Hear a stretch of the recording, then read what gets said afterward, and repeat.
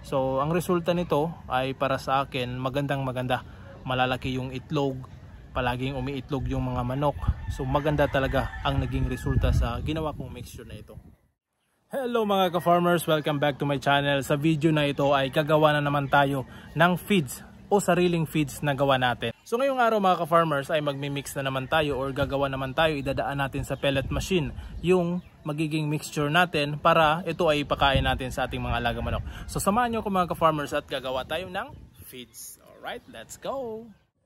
So ito na mga ka-farmers, gagawa na naman tayo ng feeds ngayon. So matagal-tagal tayong hindi nakapaggawa ng ating own mixture ng feeds, kaya ito ngayon ay gagawa na naman tayo. So ito yung mga ingredients natin.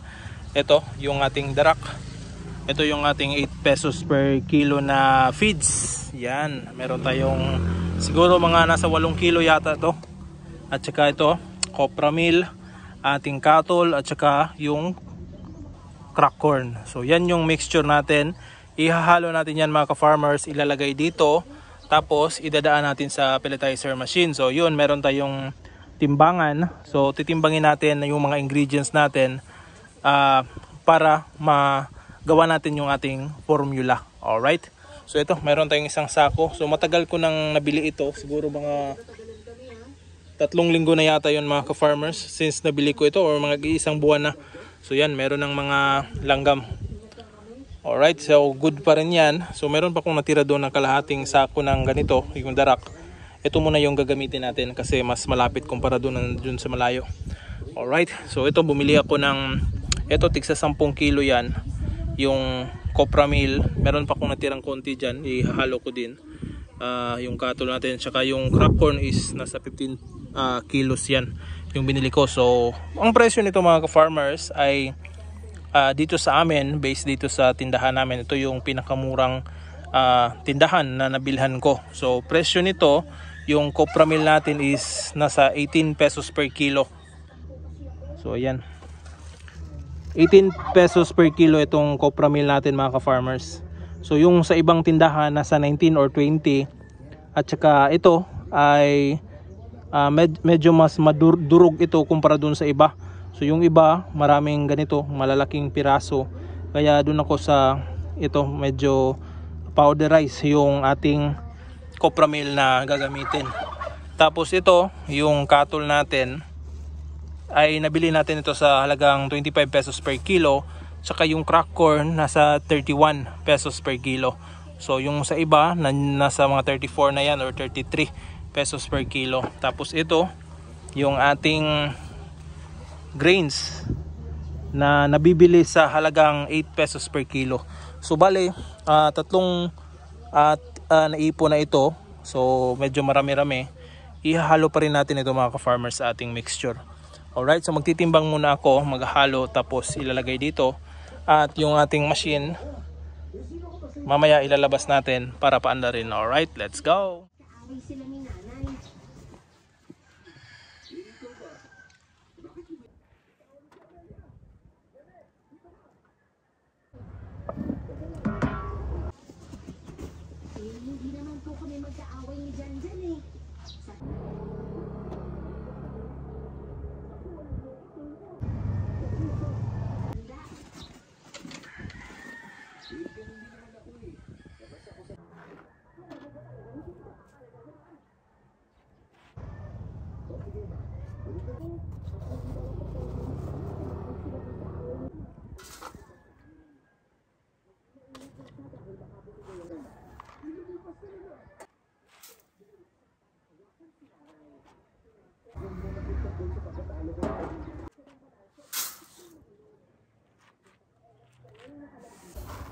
Jis.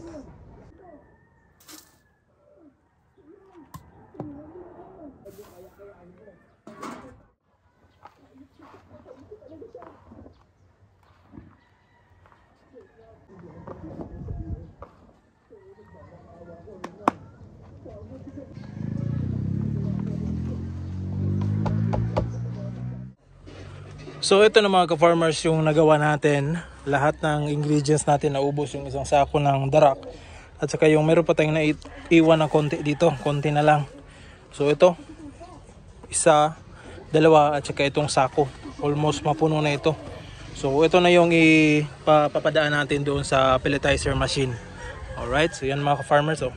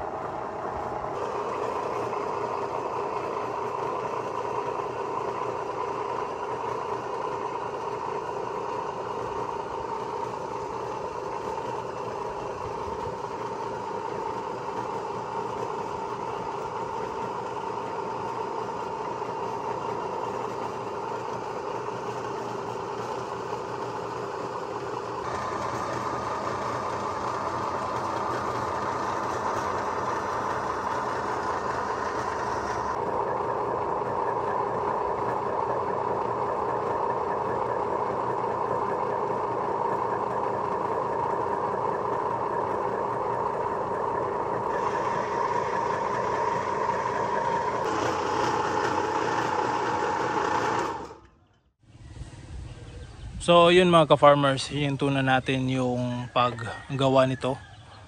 So ang purpose natin ay para makapagpahinga din yung makina natin. Tapos ito, madami-dami na rin yung nagawa natin. Ito, oops, nahulog. Ito, dyan, at meron akong dalawang inilagay dito. So pinapalamig ko ito mga ka-farmers para ipakain ngayong hapon sa ating mga alagang manok.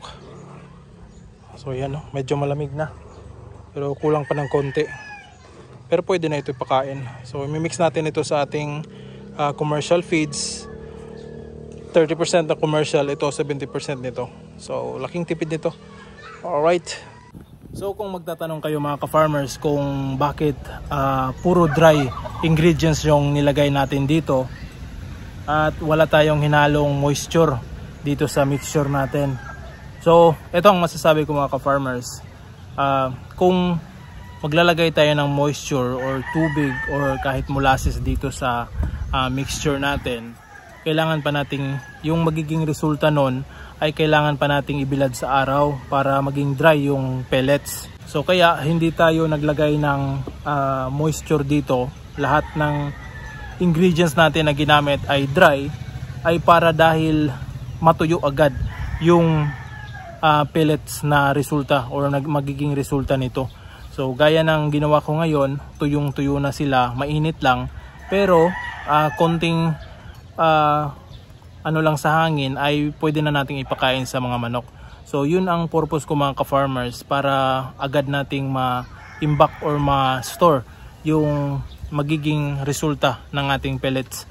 Kasi kung meron tayong moisture, kailangan pa nating mag-antay ng maliwanag or maaraw, tapos kailangan sa umaga mabibilad natin ito hanggang alas 3 ng hapon dahil yun lang din naman yung mainit na panahon. So yun ang purpose ko mga ka-farmers, dahil nung una gumagawa ako ng merong tubig na halo or merong moisture na inilagay, so hindi ko agad mapapakain sa mga manok ko, especially na magmamadali tayong magpapakain sa kanila. At kung maubusan tayo ng stock, so kailangan ko pang ibilad sa araw kung may moisture man yung ginawa kong feed. So yung noong una merong mga dahon ng malunggay, dahon ng Madre de Agua. Sa ngayon hindi muna ako naglalagay para agad tuyo yung aking pellets na ginagawa. So ito, kanina nakita nyo yung dalawang nigo doon. Yun yung pinapatuyo natin or pawala yung init dahil medyo mainit pa nga, dahil sa pelletizer machine yun mga ka-farmers na talagang mainit yung lalabas na pellets. So yun, medyo tuyo na, imimix natin yun gaya ng sinabi ko kanina, 70% ng ginawa nating mixture at saka 30% ng commercial na feeds. So ang resulta nito ay para sa akin magandang maganda, malalaki yung itlog, palaging umiitlog yung mga manok. So maganda talaga ang naging resulta sa ginawa kong mixture na ito. So itong mga nagtitira mga ka-farmers, ito at saka ito nandun pa sa sako at saka sa Ayan, sa baril or ang tawag dyan, balde, malaking balde sa Tagalog yata. So yung feeds na yan ay hindi naman yan mapapanis or maano. So bukas na natin yan itutuloy dahil medyo pagod na tayo, tapos marami pa tayong gagawin dahil magpapakain pa ng manok, magpapaligo pa ng mga baboy, at saka magpapakain na rin ng mga baboy. So ayun, hanggang dito na lang mga ka-farmers. Maraming salamat sa panonood, at kung meron kayong mga katanungan or mga comments, comment lang sa ilalim at ating babasahin at sasagutin yan. Maraming salamat mga ka-farmers, at hanggang sa muli, happy farming! Woo!